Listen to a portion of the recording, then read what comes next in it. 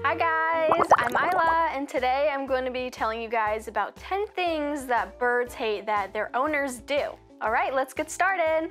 So our first point is chasing and grabbing. So if you take your hands can be very scary things for most birds if they haven't been desensitized or hand raised or they haven't associated them with treats and food.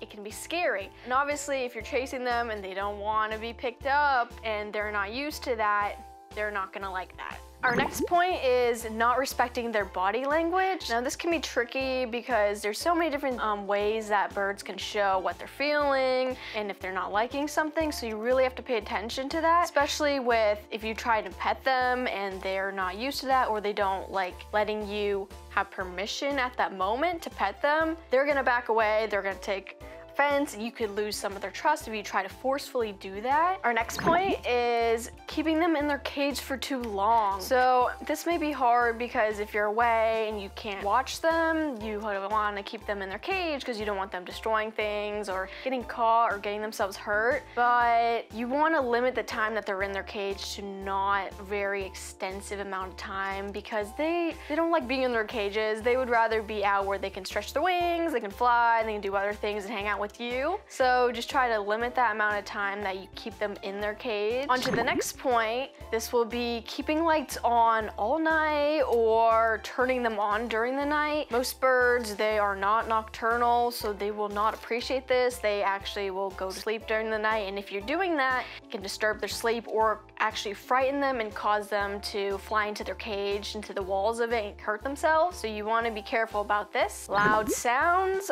especially at night, you want to avoid this because again, this can cause night frights. It can startle them. It just disturbs them overall. Like you don't want super loud things going off all the time, especially at night, because you just don't want to bother them and hurt their ears. The next point is not sticking to a consistent routine. I know it can be hard to do this, but a lot of times they do benefit from having a certain time where you wake up, you give them their food, or you let them out at a certain time, or you do training at a certain time. It just helps keep their life less chaotic and helps them know when to expect certain things. Next up is getting all in their face. My pigeon, my sister liked to bother him and she would just like make faces or say things to him that were mean, and she would just go into his face, and then one day he pecked her on the cheek. So it did leave a mark. It wasn't bad because he doesn't have a hooked bill, but you just want to avoid doing that. Again, that's the problem with it's like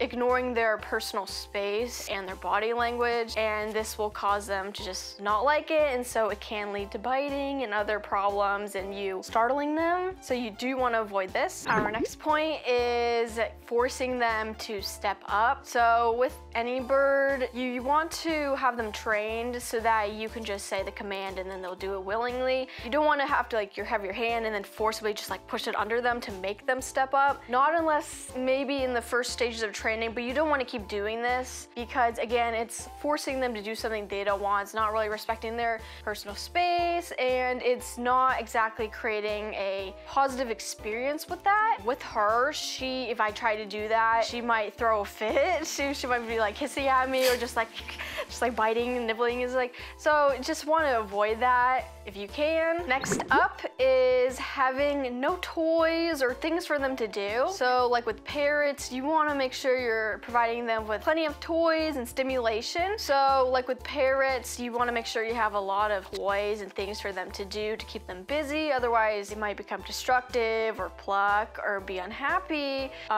Also, like with other birds, like training too, that offers good stimulus for them, makes them work their brain, like foraging toys are good. You just don't want your bird to be bored all day, so of course they are smart animals, so just make sure that you are providing things for them to do and keep them busy. And next up is being absent for too long during the day. Many bird owners, like it's advisable that you don't take a job where you're gone all day, because they are clingy in the wild, like their partners or their flock mates, like they're not gonna be gone for such a long time and then come back usually, because then they think, oh no, they got attacked, or they got killed or something. Especially with my cockatiel, if I leave the room, she'll start like screaming.